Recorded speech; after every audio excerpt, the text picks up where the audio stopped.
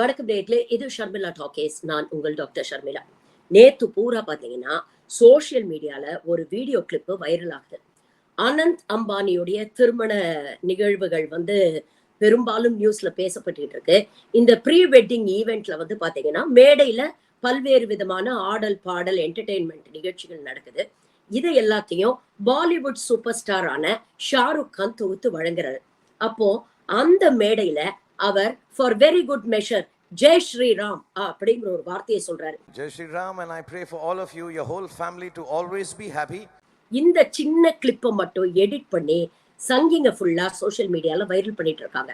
பாத்தீங்களா, ஷாருக் கானே இப்ப ஜெய் ஸ்ரீராம் சொல்ல ஆரம்பிச்சுட்டாரு அப்படிங்கிற அளவுக்கு இதை வைரல் பண்ணி புலகாங்கிதம் அடைஞ்சிட்டு இருக்கிறாங்க அப்படிங்கறத பார்க்க முடியுது. உண்மையிலேயே என்ன நடந்துச்சு அப்படிங்கறத இந்த முழு வீடியோவையும் எடுத்து பார்த்தா ஷாருக் கான் இப்படி சொல்றதுக்கு முன்னாடி இருக்கக்கூடிய கிளிப்ல பாத்தீங்கன்னா அனந்த் அம்பானி கிட்ட அவர் பேசுறாரு. அப்ப அனந்த் அம்பானி, அதாவது மணமகன் அனந்த் அம்பானி என்ன சொல்றாரு அப்படின்னா, As you know, we are great believers in Lord Ram and Lord Ram की कृपा है कि हमारे परिवार में सब ठीक है और सब खुशी और सब मंगल है.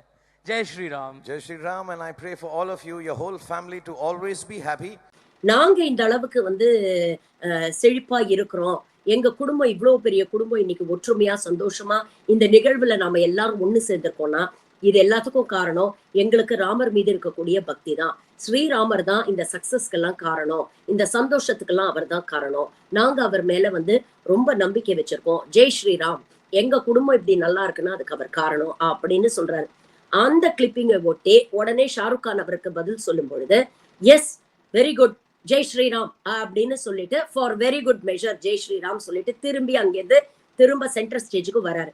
இந்த சின்ன கிளிப்பை மட்டும் எடிட் பண்ணி வழக்கம் போல ஒட்டி வெட்டி அரசியல் செய்யக்கூடிய இந்த சங்கி கூட்டம் இந்த கிளிப்பிங்கை மட்டும் டெலிகாஸ்ட் பண்ணி பாருங்க ஷாருக் கான் ஜெய் ஸ்ரீராம் சொல்லிட்டாரு அப்படின்னு வைரல் பண்ணி ஒரு பொய்யான ஒரு கட்டமைப்பை உருவாக்க முயற்சி பண்றாங்க. சரி, இது ஒரு பக்கம் இருக்கட்டும். அப்படியே ஷாருக் கான் ஜெய் ஸ்ரீராம் சொன்னாலும் என்ன தப்பு இருக்கு அப்படிங்கிற ஒரு கேள்வி வருது. ஜெய் ஸ்ரீராம் அப்படிங்கிறது ஒரு அரசியல் முழக்கமா இல்ல ஒரு ரிலீஜியஸ் முழக்கமா அப்படிங்கிற ஒரு டிஃபரன்ஸே தெரியாத அளவுக்கு இன்னைக்கு யாரெல்லாம் ஜெய் ஸ்ரீராம் சொல்றானோ அவன்லாம் சங்கி அப்படிங்கிற மாதிரி ஒரு ஈக்குவேஷனுக்கு கொண்டு வரதுக்கான முயற்சிகள் நிறைய நடந்துட்டு இருக்கு அப்படிங்கறத நம்ம பாக்குறோம். ரொம்ப ஒரு அன்பயஸ்டா நாம இதை அணுகணும் அப்படின்னு நினைச்சோம்னா, பக்தி அப்படிங்கிறது வேற, அரசியல் அப்படிங்கிறது வேற. அது இரண்டுக்கும் நடுவுல ஒரு கிளியர் டெபினிஷன் இருக்கு.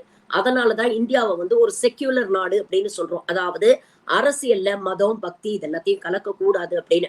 அப்படிப்பட்ட ஒரு மதச்சார்பின்மை கொண்ட செக்யூலர் தாட்ஸ் கொண்ட அதே நேரங்கள லிபரலா இருக்கக்கூடியவங்க நிறைய பேர் இருக்கிறாங்க. அதாவது சிம்பிளா சொல்ல போனோம்னா நிறைய பேருக்கு கடவுள் பக்தி இருக்கும், அவங்க மதத்தால் ஹிந்துக்களா இருப்பாங்க.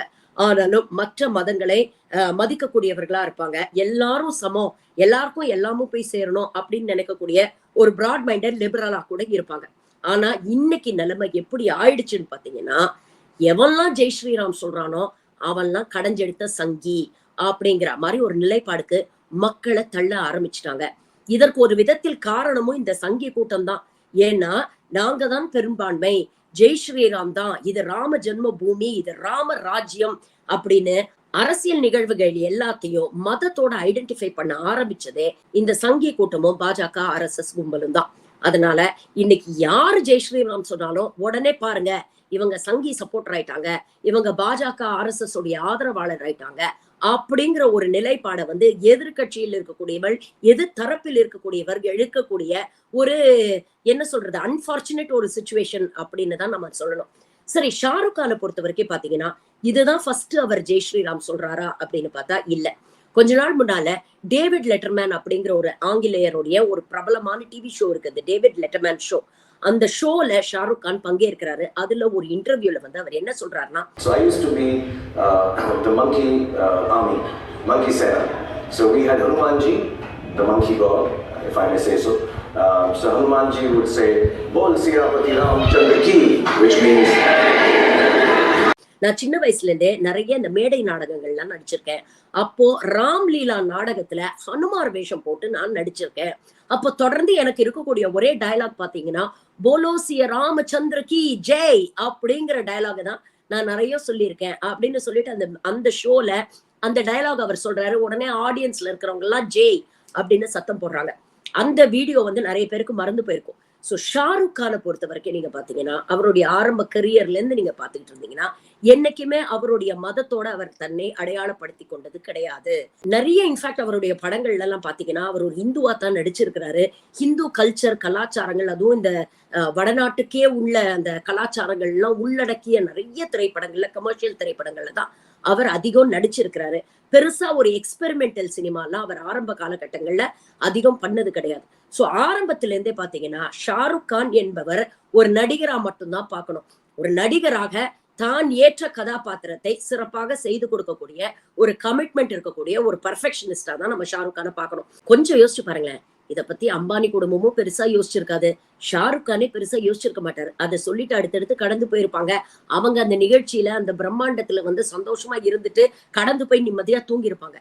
ஆனா அவர் சொன்ன இந்த ஒரு வார்த்தையை வச்சுக்கிட்டு, இந்த சங்கி கூட்டம் சோசியல் மீடியால ஆடுற ஆட்டம் இருக்கே, இதுதான் வந்து ரொம்ப வருத்தப்படக்கூடிய ஒரு விஷயமா இருக்கு. இப்படி யாரோ ஒருத்தர் ஏதோ ஒரு மேடையில ஜெய் ஸ்ரீராம் சொன்னதுக்கு இன்னைக்கு 1.5 நாளா உட்காந்து அதை பத்திய ஒரு பெரிய பொலிட்டிக்கல் டிஸ்கஷனை இந்த சங்கி கூட்டம் ஒரு பொலிட்டிக்கல் நரேட்டிவை செட் பண்ண முயற்சி பண்றாங்க. இந்த உண்மையை நாம புரிஞ்சுக்கிட்டோம்னா, இந்த பாஜக RSS ஓட மாடஸ் ஆபரேண்டி என்ன அப்படிங்கறது நமக்கு தெளிவா தெரிஞ்சிடும். இன்னமும் சொல்றேன், இந்தியாவில் இருக்கக்கூடிய பெரும்பாலான மக்கள், அவங்க ஹிந்துவா இருந்தாலும் சரி, முஸ்லிமா இருந்தாலும் சரி, இல்ல கிறிஸ்டியன்ஸா இருந்தாலும் சரி, ஒரு அமைதியான, நிம்மதியான, சந்தோஷமான வாழ்க்கையை தான் எதிர்பார்க்கிறாங்க. அதற்கு தேவை மதம் கிடையாது. அதற்கு தேவை வாழ்வாதாரத்துக்கான வழி, வேலைக்கான வழி, பணவீக்கத்தை குறைக்கிறதுக்கான முயற்சிகள். ஆனா இது போன்ற விஷயங்களை இந்த பாஜக RSS என்னைக்குமே செய்யாது அப்படிங்கிறதுதான் நிதர்சனமான உண்மை. ஷாருக் கானும் கிட்டத்தட்ட நம்ம ஊர் ரஜினி மாதிரி தான். சமீபத்துல பாத்தீங்கன்னா, நரேந்திர மோடிக்காக கத்தார் அரசாங்கத்திட்ட பேசி நேவி ஆபீசர்ஸ் எல்லாம் எப்படி வெளியில கொண்டு வந்தாரு அப்படிங்கறத பத்தி டீட்டெயிலா ஒரு வீடியோ போட்டிருக்கேன். அதை முடிஞ்சா நீங்க போய் பாருங்க. பொதுவாவே நடிகர்கள் அப்படிதான். எந்த பக்கம் காத்தடிக்குதோ அந்த பக்கம் நிப்பாங்க. இங்க கலைஞர் ஆட்சியில இருந்தா கலைஞருக்கு பாராட்டு விழா பண்ணுவாங்க. ஜெயலலிதா அம்மா ஆட்சிக்குள்ள இருந்தா கொஞ்சம் கூட வெக்கப்படாம அதே மேடையில வச்சு ஜெயலலிதா அம்மாக்கும் பாராட்டு விழா நடத்துவாங்க. பாலிவுட்டும் கிட்டத்தட்ட அந்த மாதிரிதான். யார் ஆட்சியில இருக்கிறாங்களோ அவங்களுக்கு தான் பெரும்பாலான நடிகர்கள் ஜால்ரா அடிப்பாங்க.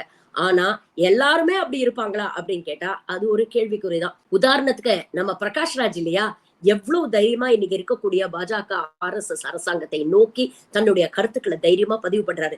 இது போன்ற சோசியல் மீடியா இன்ஃபுளுசர்ஸா இருக்கக்கூடிய பெரும்பாலான நடிகர்கள் வெளிப்படையா வந்து தங்களுடைய குறைகளை, தங்களுடைய அதிருப்தியை ஆளும் அரசாங்கத்தை நோக்கி விமர்சனங்களை பதிவு பண்ணாதான் அது ஒரு ஆரோக்கியமான ஜனநாயகமா இருக்கும். ஆனா என்ன பண்றது, 2024 வந்தா இந்த நிலைமை மாறுதான்னு பார்ப்போம். நன்றி, வணக்கம்.